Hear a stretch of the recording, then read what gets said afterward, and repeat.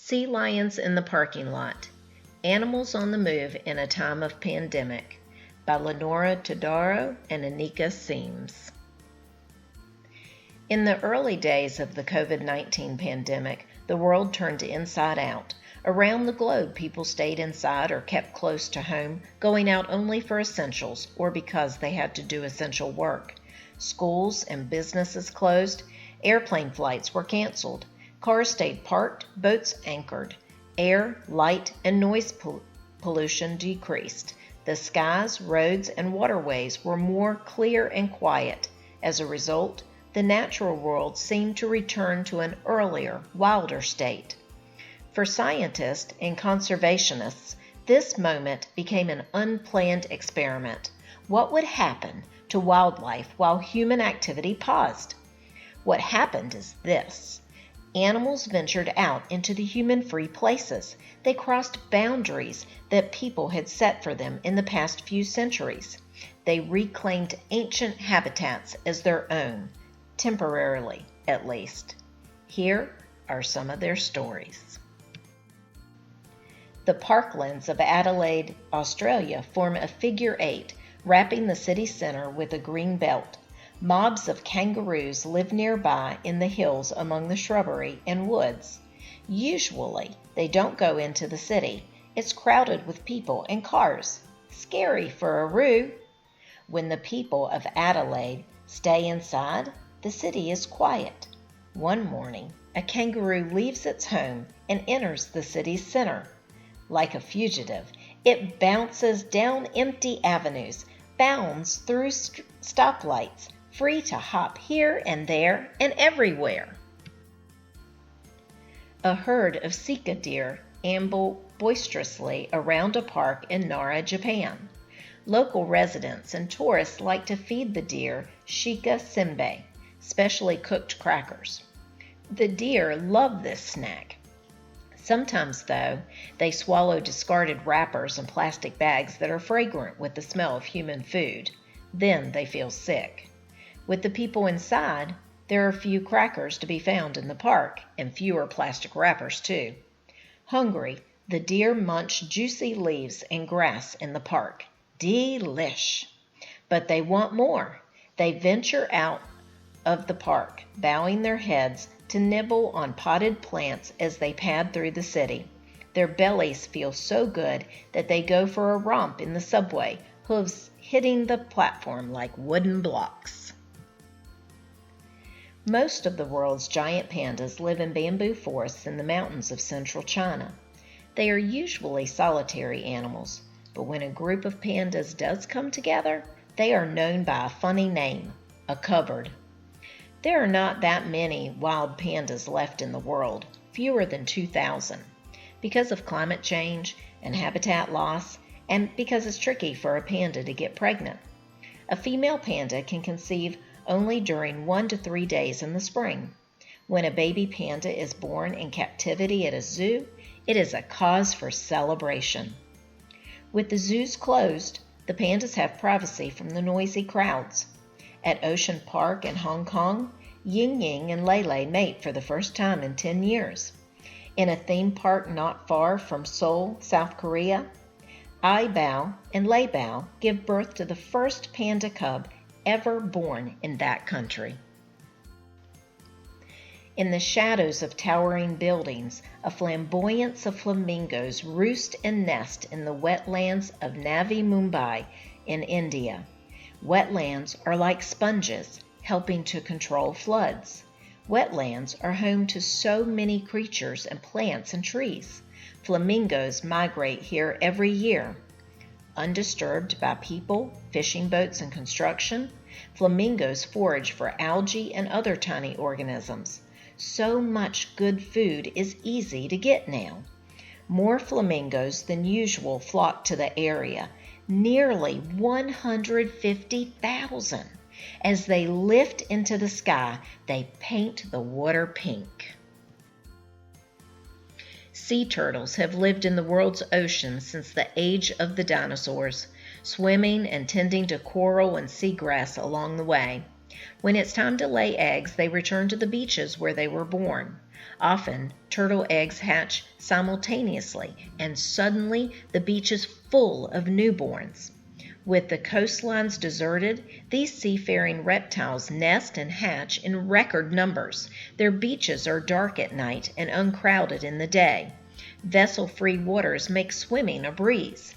In Mexico's Sonora state, the indigenous Seri community monitors more than 2,000 newborn olive ridley sea turtles compared to the more usual 500. The hatchlings hoist their heart-shaped shells to the sky and tiptoe their way into the Gulf of California. A bale of 97 hawksbill sea turtles hatch on an abandoned beach in Brazil. They navigate by the slope of the sand in the brightest direction. When the night sky spills its reflection onto the water, they march their 2-inch-long bodies into the Atlantic Ocean. A pride of lions lounge on a barren road in the South African savanna, grasslands where lone trees have popped up here and there. Ordinarily, the roads are clogged with safari trucks filled with tourists wielding cameras and phones. All the human activity nudges the lions deeper into the bush, especially in daytime. What a relief it is for the lions to be able to laze on a warm road, to yawn and snooze with their bellies full in the hot midday sun, without bother from growling vehicles and chatty onlookers. You can hear a troop of mountain gorillas before you see them. They chomp on leaves in the forest canopy. Then one slips down a tree, and you see a flicker of black fur. Uganda's mist-shrouded slopes and dense rainforests shelter more than half of the world's 1,000 mountain gorillas. Gorillas share 98% of their DNA with humans, and they can catch the same respiratory viruses that humans do. With the world on pause, park rangers venture out to care for the gorillas, using face masks and hand sanitizer to avoid infecting these creatures with the virus that keeps the people inside. Sounders of wild boars haunt the abandoned streets of Haifa, Israel, and other cosmopolitan centers that border the shrinking forests where boars make their grassy nests. They do this from time to time, usually at night. But with people inside, boars roam during the daytime too. They snuffle as they overturn garbage cans and root through gardens. Sometimes they block roads, casting huge shadows. The boars don't mean to be destructive. They're just hungry and smell an opportunity to eat without people telling them to shoo. From the sky, the canaled city of Venice looks like a fish floating in a lagoon. Most of the time you can't see what lives in its brackish waters as noisy boats speed through, churning up mud. But with its gondolas and motorboat taxis moored, Venice's waters turn nearly translucent. A raft of ducks paddle across the Grand Canal. The sun glits off the silvery backs of a school of tiny fish. Anchovies, perhaps? An octopus spreads its tentacles like a hand, feeling its way along the canal floor.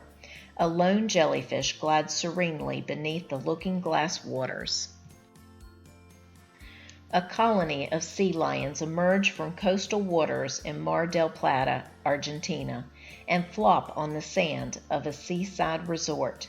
They do this day after day, resting on quays, snoring, enjoying a respite from fishing trawlers.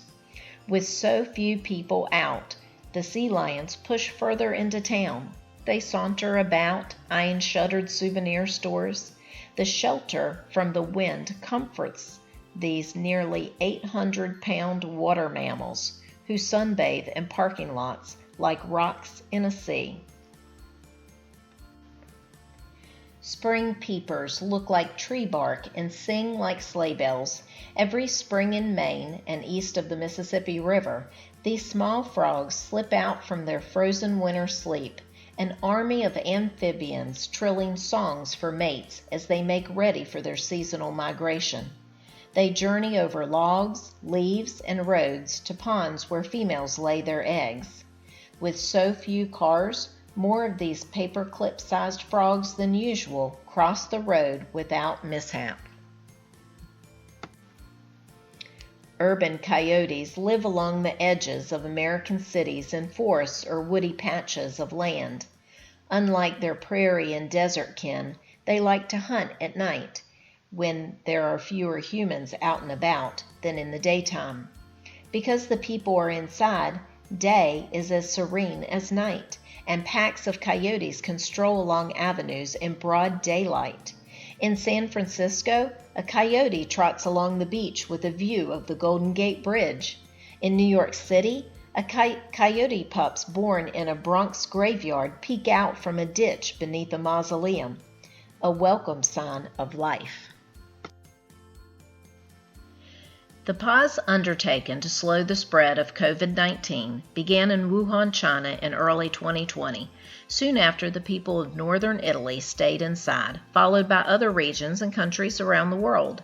Some paused more fully than others. Scientists named this period the Anthropause because we live in an epoch called the Anthropocene. Our time is the first in which humans' effects on the planet are as strong as the natural ones. The Anthropause taught people something exciting about the connections between humans and animals. It has shown us that ecosystems and wildlife can rebound if the right environmental conditions are achieved. Look how quickly the wild world responded when humans took a step back and lived more modestly. Without global cooperation, however, in all likelihood, the human factors that create stress for wildlife will return. Some wildlife didn't fare so well during the pause, especially those animals that have become dependent on humans for food. In Lopburi, Thailand, dozens of macaque monkeys accustomed to handouts from pilgrims brawled in the street over what was believed to be a yogurt container. Not all went well for the mountain gorillas in Uganda. With fewer tourists on safari, the gorillas were more vulnerable to poachers because there was no one to witness the crime of killing them. Then there were the sea turtles, who generally thrive on uncrowded beaches, but without enough wildlife biologists available to monitor them in places like Costa Rica and the Dominican Republic, poachers could make off with turtle eggs. It's fun to think that the creatures in this book were out having adventures while people were inside. Maybe they were.